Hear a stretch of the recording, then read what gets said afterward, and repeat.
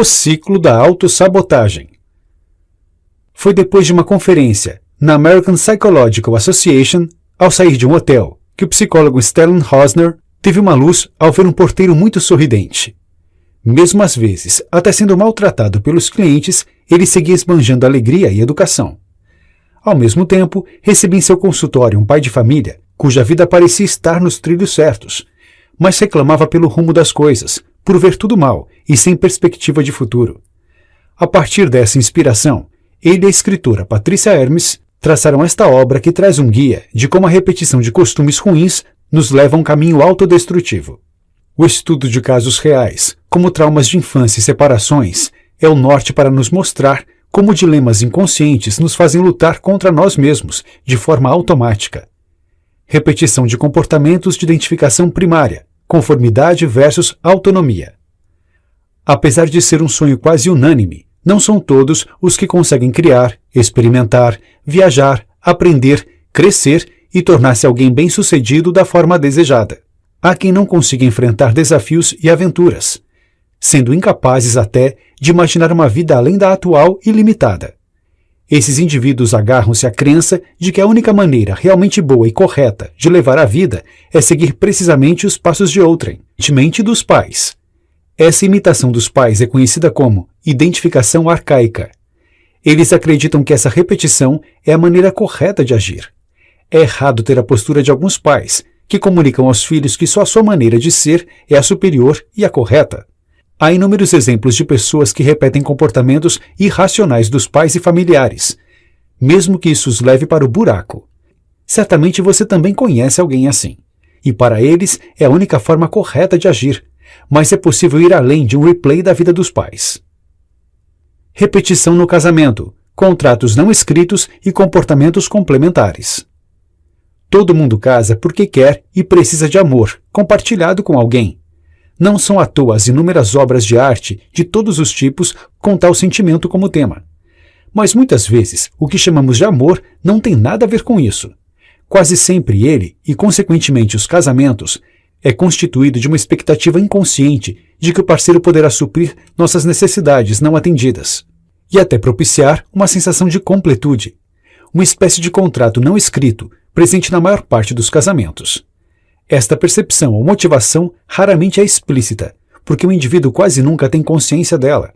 Ela só está consciente do amor que sente por aquela pessoa. Esse desejo de ter as necessidades atendidas nem sempre é algo ruim? Se as percepções e expectativas são realistas, o casamento se desenvolve e prospera, porque temos clareza do que queremos e de como esperamos atingir o que queremos. Acontece que o fracasso em muitos casamentos, evidenciado pelos assustadores índices de divórcio, não é uma necessidade ou desejo consciente. O problema está nas expectativas inconscientes de um ou de ambos os parceiros, que são irreais e distorcidas. São estes os casais que estão condenados a engrossar as estatísticas do divórcio. Tal desejo e muitos outros são expressos no ciclo de repetição matrimonial. Há aqueles que cresceram em lares desajustados e que buscam um parceiro que lhes ofereça a estabilidade que não conseguiram ter na família de origem. A repetição de experiências traumáticas é baseada antes na sua expressão por meio de comportamentos manifestos do que na lembrança do trauma e dos sentimentos que o acompanharam. Repetição de comportamentos na criação dos filhos. Como é difícil criar os filhos no mundo moderno, não? Não é novidade que uma criação saudável é vital para gerar filhos emocionalmente saudáveis. No entanto, isso é tão difícil de alcançar quanto de definir. Difícil saber o que é saudável e bom para nossas crianças. Alguns pais vêm de um ambiente familiar de intolerância e desarmonia, outros de um meio repleto de empatia e compreensão. Ambos, indubitavelmente, foram educados por seus próprios pais. Será que eles poderão se transformar em pais saudáveis? Há muita coisa envolvida nesta questão. Os pais podem divergir na capacidade de ver os filhos como indivíduos que estão se tornando adultos. Alguns podem interpretar o comportamento dos filhos como parte de uma experimentação no processo de crescimento. Esta abordagem aberta e liberal pode se basear no desejo de ver os filhos se transformarem em adultos independentes e autoconfiantes. Tais pais sabem que os filhos cometerão erros e aceitam essa possibilidade, enxergando-a como parte do processo de aprendizagem. Assim, os filhos se preparam para tomar suas próprias decisões. E, às vezes, de uma maneira nem tão saudável, esses mesmos pais podem ficar relutantes em estabelecer limites, pelo medo de reprimir a espontaneidade e a imaginação dos filhos. Em vez de encarar tais cenários como certos ou errados, bons ou maus, é importante enxergá-los como reflexo do modo que os pais foram criados e de suas crenças. Toda a criação é herança da bagagem cultural adquirida pelos pais há décadas e décadas. Os filhos do divórcio. Todo filho deseja que os pais vivam harmoniosamente. Eles querem, precisam, merecem ser acolhidos no refúgio de uma família, qualquer que seja a forma dessa família. E ainda assim, coisas acontecem, tais como a morte, conflitos ou mesmo o divórcio. E o divórcio não é bom, especialmente para as crianças. Pergunte a qualquer um que já tenha se envolvido em um divórcio, e pergunte especialmente a uma criança, e o que você vai ouvir é que não é algo fácil.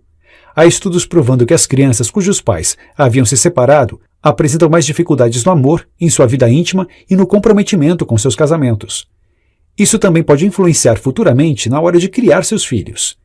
É falso comemorar a ausência de brigas antes do divórcio, como também é esconder os desentendimentos das crianças. Elas sabem o que se passa ao seu redor. Repetição de comportamentos punitivos, salvamento e penitência. É comum ver crianças acreditarem que o mundo gira ao seu redor. Esse é um estágio normal do desenvolvimento humano. Com o desenvolvimento normal, esse sentimento gradativamente se dissipa. Mas alguns pais colocam os filhos no centro de tudo, incluindo seus conflitos. A consequência é que muitas dessas crianças desenvolvem um forte senso de responsabilidade, culpa e de recriminação a si mesmas. Elas recebem de herança uma consciência severa e punitiva, dúvidas sobre si mesmas e falta de confiança. Se algo vai mal com seus pais ou com sua família, acreditam que além de ser culpa delas, é também sua responsabilidade corrigir os erros e consertar o estrago. Essa atitude pode se reverberar no trabalho, nos relacionamentos e em todos os ambientes nos quais tal criança se via como o centro das atenções. As chances de ela se sentir culpada pelos problemas do mundo no decorrer da vida são enormes.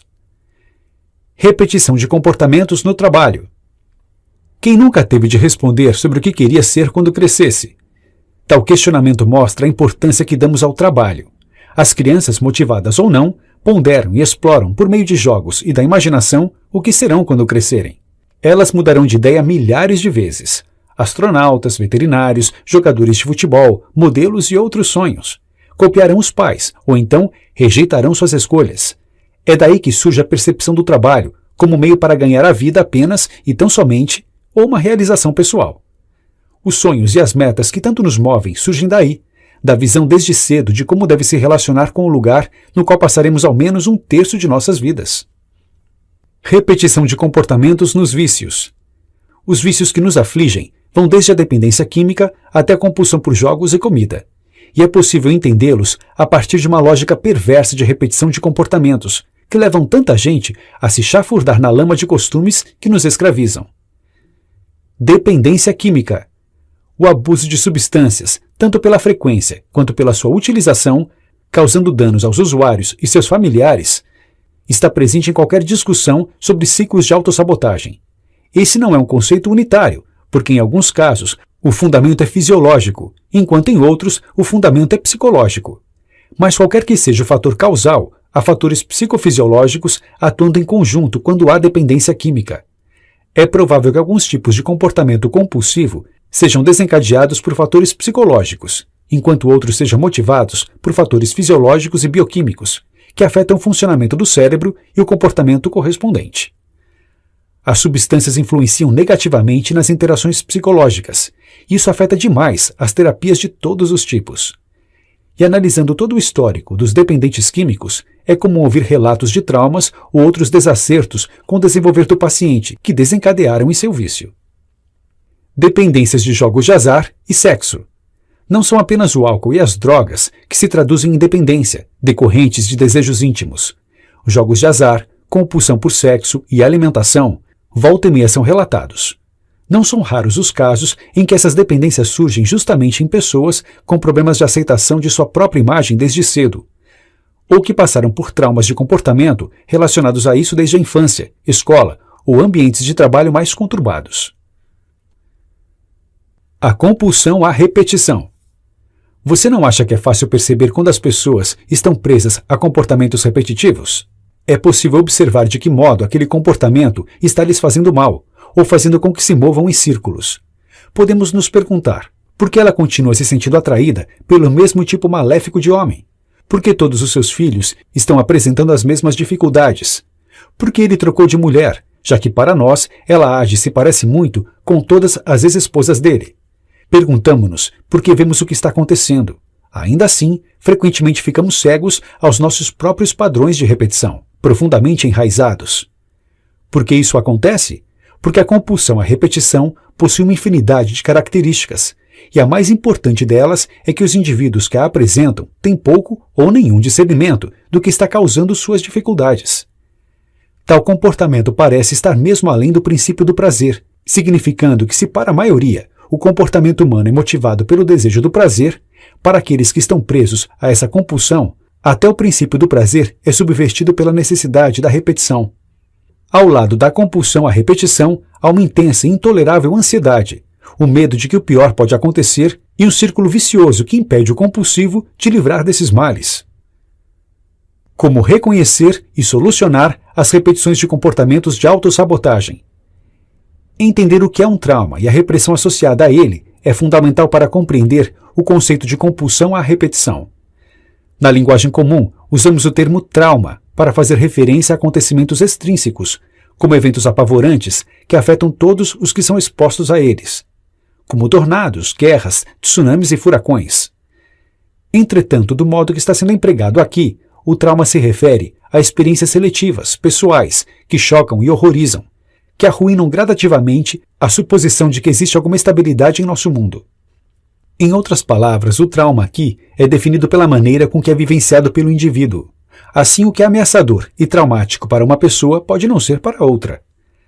Para aqueles que vivenciam esses eventos traumáticos, há uma necessidade profunda, compulsiva e inconsciente de dominar aquilo que foi experimentado como algo fora de controle.